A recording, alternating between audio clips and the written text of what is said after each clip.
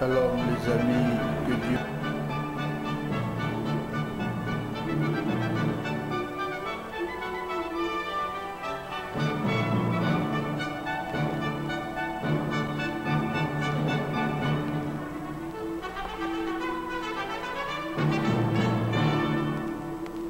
Vous écoutez l'Église baptiste des Cités à Port-au-Prince, Haïti, présentant son programme préparé pour la radio en vue de l'édification des saints et de l'éducation spirituelle de notre nation, en attendant le jour très proche de l'enlèvement de l'Église au second retour de notre Seigneur Jésus-Christ sur la terre.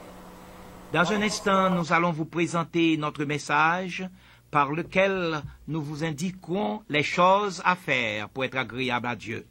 En attendant, chantons le cantique « Publiez bien haut la grande nouvelle. Le ciel est ouvert à tout être humain, la route est tracée, un guide fidèle vous conduira par la main. »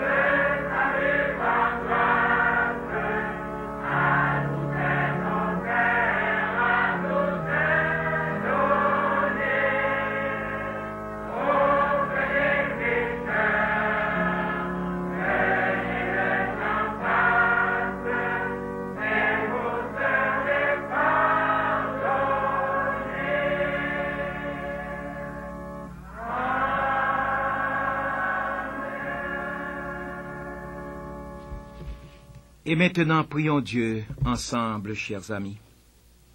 Dieu d'amour, tu nous as créés afin que nous vivions en parfaite intimité avec toi. Mais le péché a mis une barrière entre toi et nous.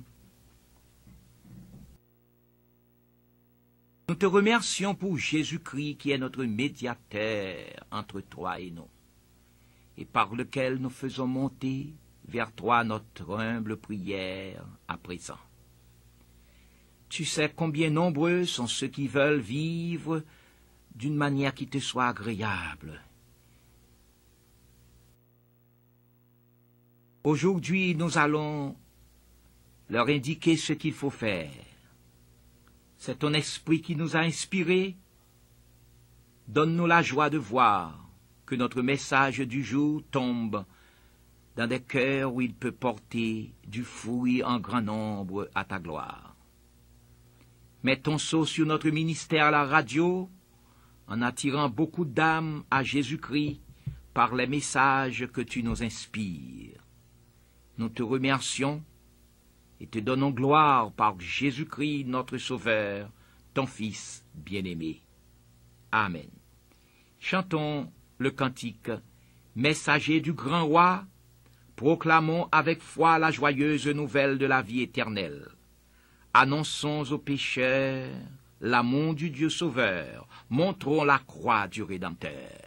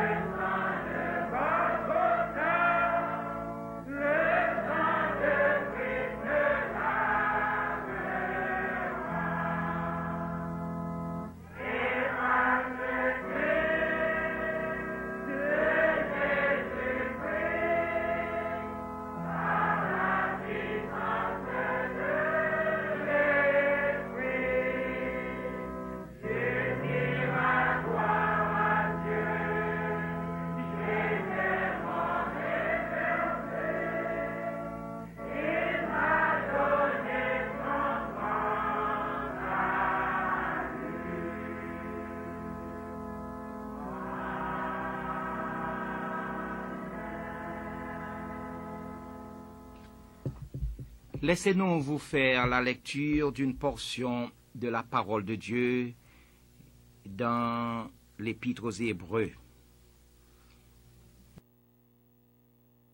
N'abandonnez pas votre assurance à laquelle est attachée une grande rémunération, car vous avez besoin de persévérance, afin qu'après avoir accompli la volonté de Dieu, vous obteniez ce qui vous est promis. Encore un peu, un peu de temps, celui qui doit venir viendra, et il ne tardera pas.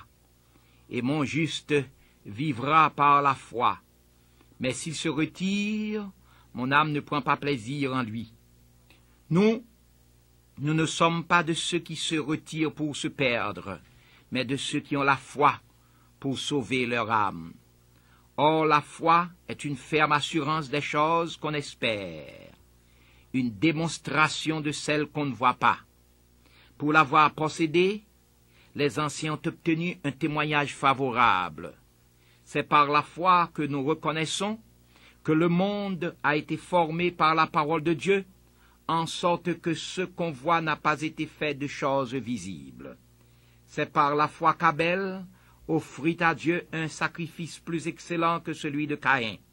C'est par elle qu'il fut déclaré juste, Dieu approuvant ses offrandes, et c'est par elle qu'il parle encore, quoique mort. C'est par la foi qu'Enoch fut enlevé pour qu'il ne vît point la mort, et qu'il ne parut plus parce que Dieu l'avait enlevé. Car avant son enlèvement, il avait reçu le témoignage qu'il était agréable à Dieu.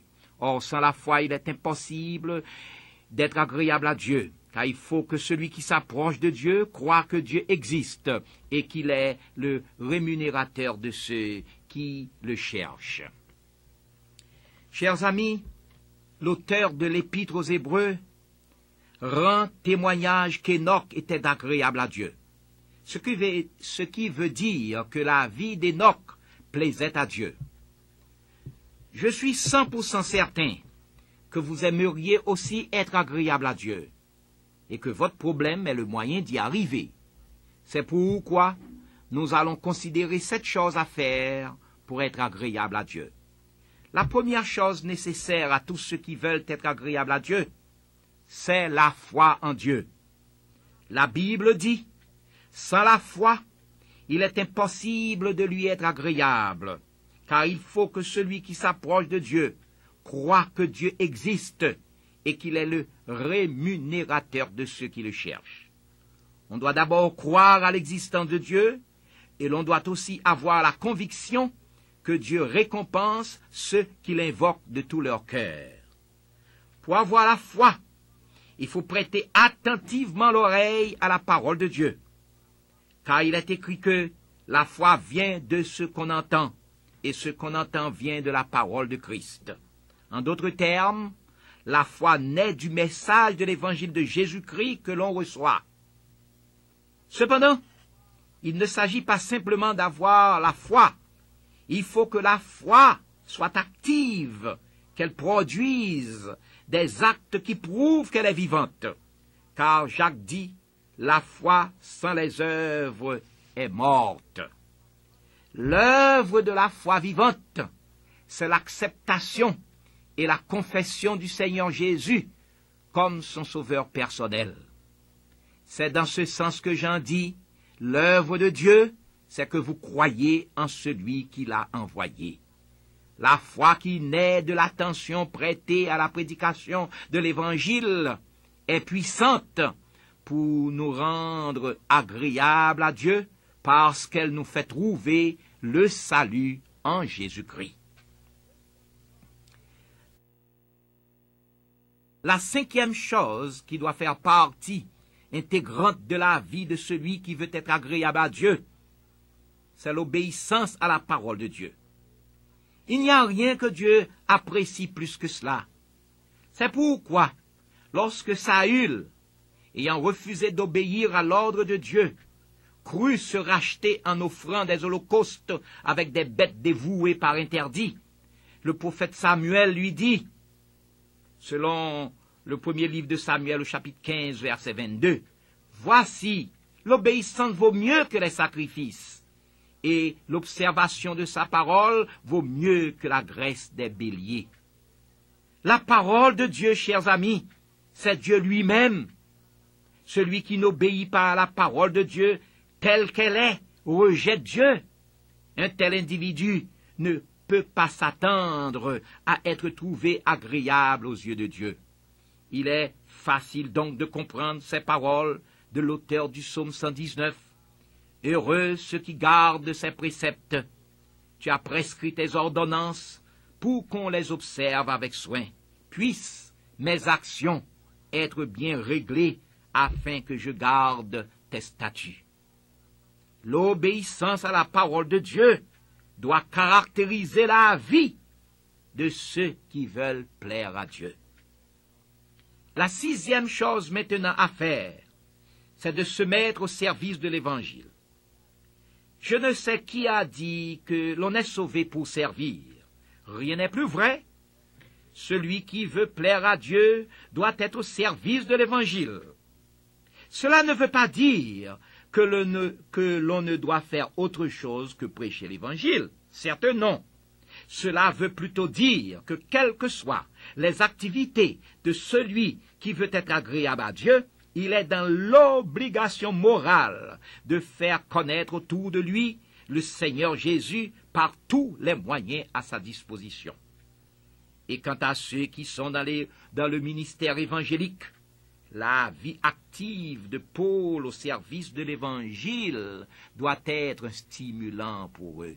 Paul disait, « Je ne fais pour moi-même aucun cas de ma vie comme s'il m'était précieuse, pourvu que j'accomplisse ma course avec joie et le ministère que j'ai reçu du Seigneur Jésus d'annoncer la bonne nouvelle de la grâce de Dieu. » En effet, depuis la conversion de l'apôtre Paul sur la route de Damas, son principal souci, c'était de faire connaître l'Évangile autour de lui.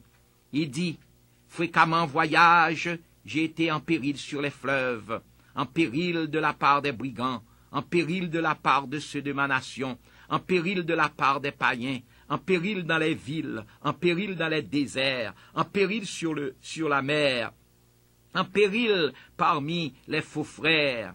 J'ai été dans le travail et dans la peine, exposé à de nombreuses veilles, à la faim et à la soif, à des jeûnes multipliés, au froid et à la nudité. » Il est impossible qu'une vie, chers amis, si dévouée au service de l'Évangile ne plaise pas à Dieu, car, dit l'auteur de l'Épître aux Hébreux, Dieu n'est pas injuste pour oublier votre travail et l'amour que vous avez montré pour son nom. Il y a beaucoup d'activités auxquelles l'on peut se dévouer au nom du Seigneur pour une meilleure compréhension de l'Évangile dans l'Église et dans le monde. Nul ne peut prétendre ne rien trouver à faire, ni n'avoir pas de temps pour faire quelque chose pour le Seigneur. On peut être toujours au service du Seigneur si l'on veut être agréable au Seigneur.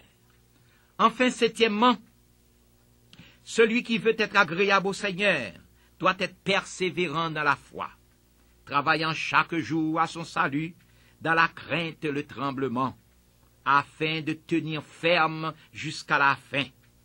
Encore l'exemple de Paul nous vient à l'esprit.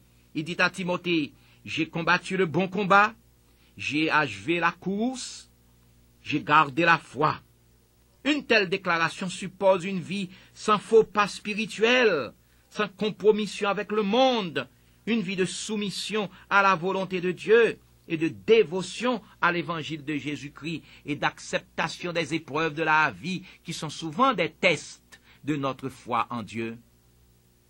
Chers amis, nous croyons qu'il est possible pour tous ceux qui se donnent sincèrement à Jésus-Christ de mener une vie agréable à Dieu. De même que Paul a déclaré « Je puis tout par celui qui me fortifie », vous pouvez le déclarer aussi. Cependant, votre vie de chaque jour doit manifester que vous avez foi en Dieu, que vous êtes sauvés, nés de nouveau, que vous vous consacrez à Jésus-Christ, que vous êtes remplis du Saint-Esprit, que vous obéissez à la lettre et à l'esprit de la parole de Dieu, que vous êtes pleinement dévoués à la cause de l'Évangile, afin que rien ne peut vous empêcher de poursuivre la voie dans laquelle vous vous êtes engagés à la gloire de l'Évangile. Si le désir de votre cœur est vraiment d'être agréable à Dieu, il n'y a rien qui puisse être difficile à faire à cette fin. Et par ailleurs, vous pouvez compter sur le secours même de Dieu en vue de mettre en pratique les 7 choses que nous venons de vous signaler, à savoir, premièrement, avoir foi en Dieu en écoutant la parole de Dieu.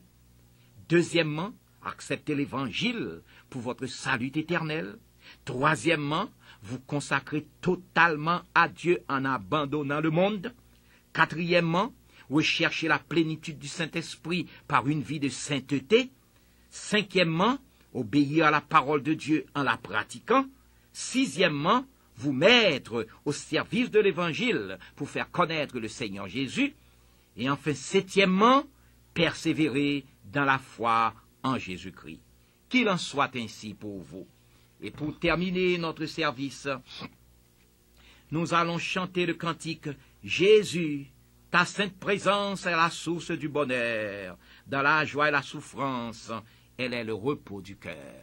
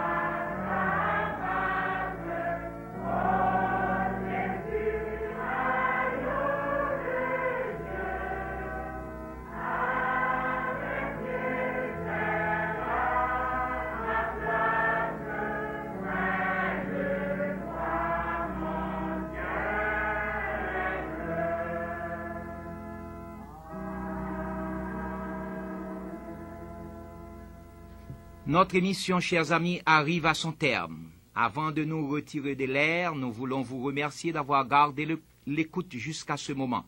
Nous serions contents de vous voir venir adorer le Seigneur avec nous à l'église baptiste des Cités à Port-au-Prince sur la route de Delma. Les dimanches, nos services sont à 9h du matin et à 7h du soir. Nous vous conseillons d'arriver un peu avant l'heure afin que vous puissiez trouver une bonne place à l'intérieur du sanctuaire qui déborde d'adorateurs avant même le début des services. Nous vous attendons. Entre-temps, nous souhaitons que vous fassiez de votre mieux pour que votre vie soit agréable à Dieu et qu'ainsi Dieu ordonne à ses nombreuses bénédictions de se répandre sur vous. Qu'il en soit ainsi pour vous. Amen.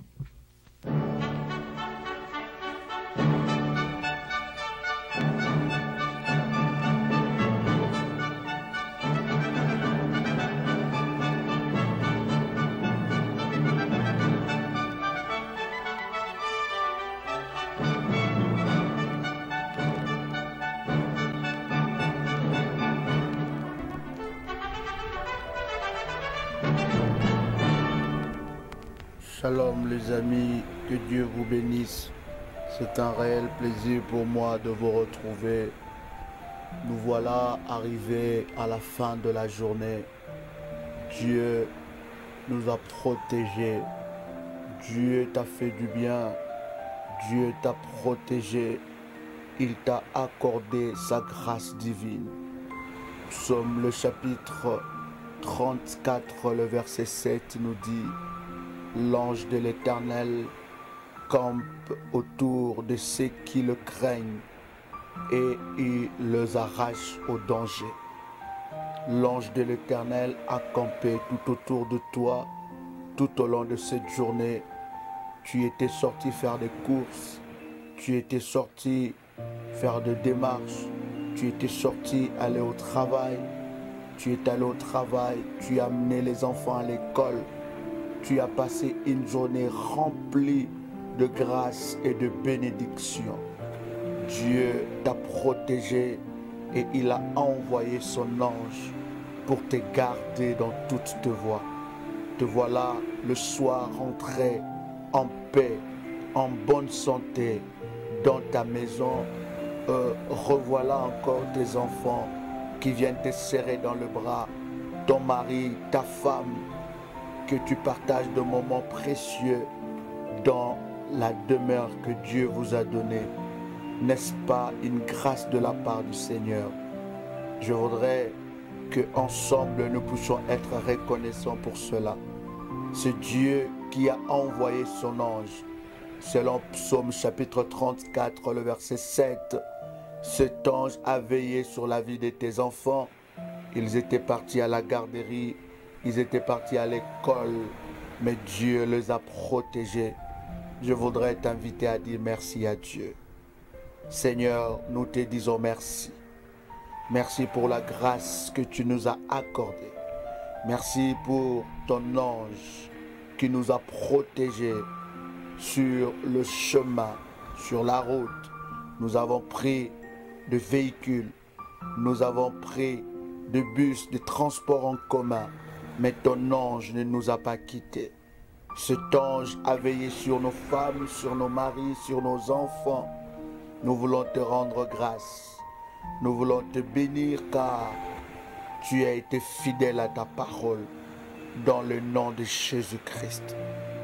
Bien-aimé, te voilà rendre grâce à Dieu et voilà que tu veux dormir, te reposer, t'assoupir pour que demain soit un jour nouveau. Je voudrais t'inviter à une brève prière. Tu ne peux pas passer toute une journée, passer toute une soirée. Tu ne peux pas aller au lit, bien-aimé, sans pourtant rendre grâce à Dieu, sans pourtant bénir le Seigneur, sans pourtant recommander ton sommeil entre les mains de Dieu, car cela est précieux. Parce que durant la nuit, bien-aimé, il y a tellement de choses qui se passent.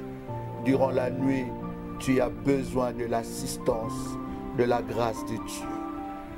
Psaume le chapitre 4, le verset 8 nous dit: je me coucherai et je m'endors en paix, car toi seul, ô Éternel, tu me donnes la sécurité dans ma demeure.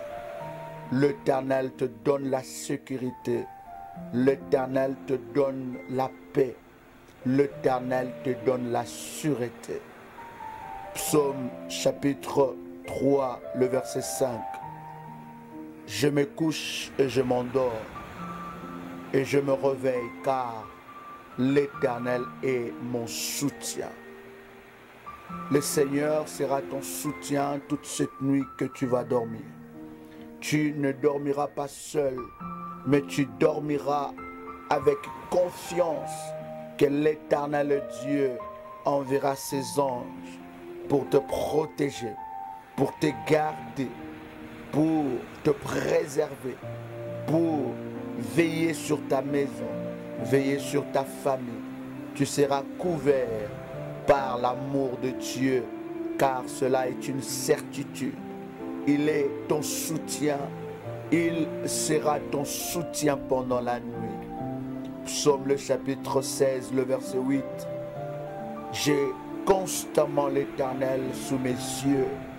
Quand il est à ma droite, je ne chancelle pas. Bien-aimé dans le Seigneur, cette nuit, l'Éternel sera à ta droite et tu ne chancelleras point. Aucun esprit, aucune preuve ne peut te déstabiliser cette nuit. Je voudrais que cette nuit soit une nuit spéciale, comme la nuit de Jacob. La Bible dit que Jacob est allé s'assoupir, couché sur une pierre. Et pendant que Jacob était dans son sommeil, il a vu le ciel ouvert. Ma prière ce soir, en cette nuit pour toi, est que cette nuit soit une nuit d'excellence, une nuit de grâce, une nuit de visitation. Que le ciel de Dieu soit ouvert au-devant de toi. Que les anges de Dieu puissent monter et descendre. Que cette nuit soit comme la nuit de Jacob, afin que tu touches à ta destinée. Que ton sommeil te connecte à ta destinée. Que tu puisses t'endormir comme Joseph. Alors qu'il s'endormait, il avait de révélations par rapport à sa destinée. Que l'Éternel te donne un sommeil paisible. Que tu puisses avoir de rêves qui changeront ta vie. Je brise et je me lève, étant qu'en loin de Dieu, rempli d'autorité de Dieu, je brise, je détruis tout ce qui est de cauchemar, d'insomnie, de mauvais rêves, des attaques nocturnes, dans le nom de Jésus-Christ. Et je déclare que cette nuit est une nuit de grâce, est une nuit de paix.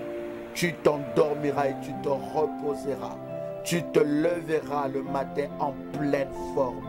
La force de Dieu sera ton partage. Tu te leveras et tu auras un double repos. Ainsi dit la parole du Seigneur. Proverbe le chapitre 3, le verset 24. Si tu te couches, tu seras sans crainte. Et quand tu seras couché, ton sommeil sera doux. Je déclare dans le nom de Jésus-Christ que ton sommeil sera doux au nom de Jésus. J'enlève la crainte dans le sommeil. J'enlève la crainte dans le sommeil. J'enlève toute forme de crainte alors que tu montes sur ton lit. Toute forme de peur. Car la parole de Dieu nous dit dans Proverbe le chapitre 3, le verset 24. Si tu te couches, tu seras sans crainte.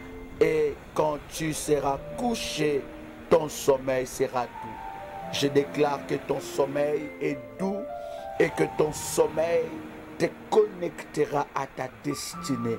Dans le nom de Jésus-Christ, tu te leveras le matin en pleine forme. Tu t'endormiras dans la présence de Dieu. Je voudrais vous souhaiter une très bonne nuit. Une nuit de connexion avec la grandeur, avec le ciel. Tu dormiras comme un bébé dans le bras de son père ou de sa mère. L'Éternel te préservera. Il te bercera. Aucune nuit ne sera semblable à celle-là. Parce que cette nuit inaugure des nuits de grâce, de bonté, de paix dans la présence du Seigneur. Bonne nuit et que Dieu vous bénisse.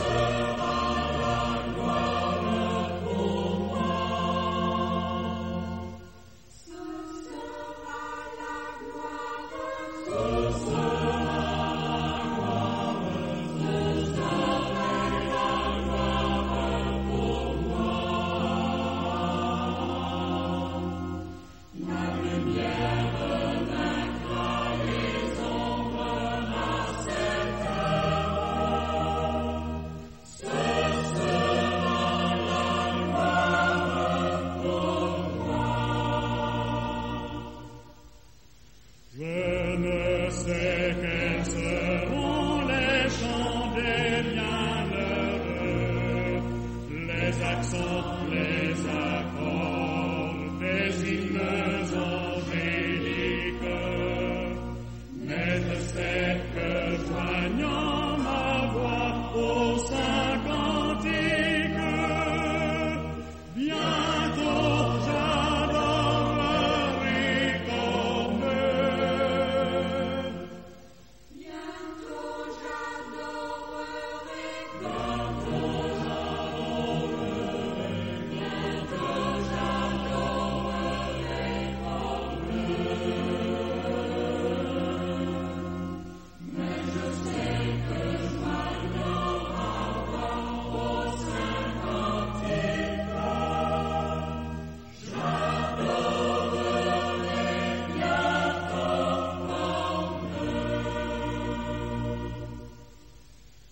je ne sais quel sera le palais éternel, mais je sais que mon âme y sera reconnue.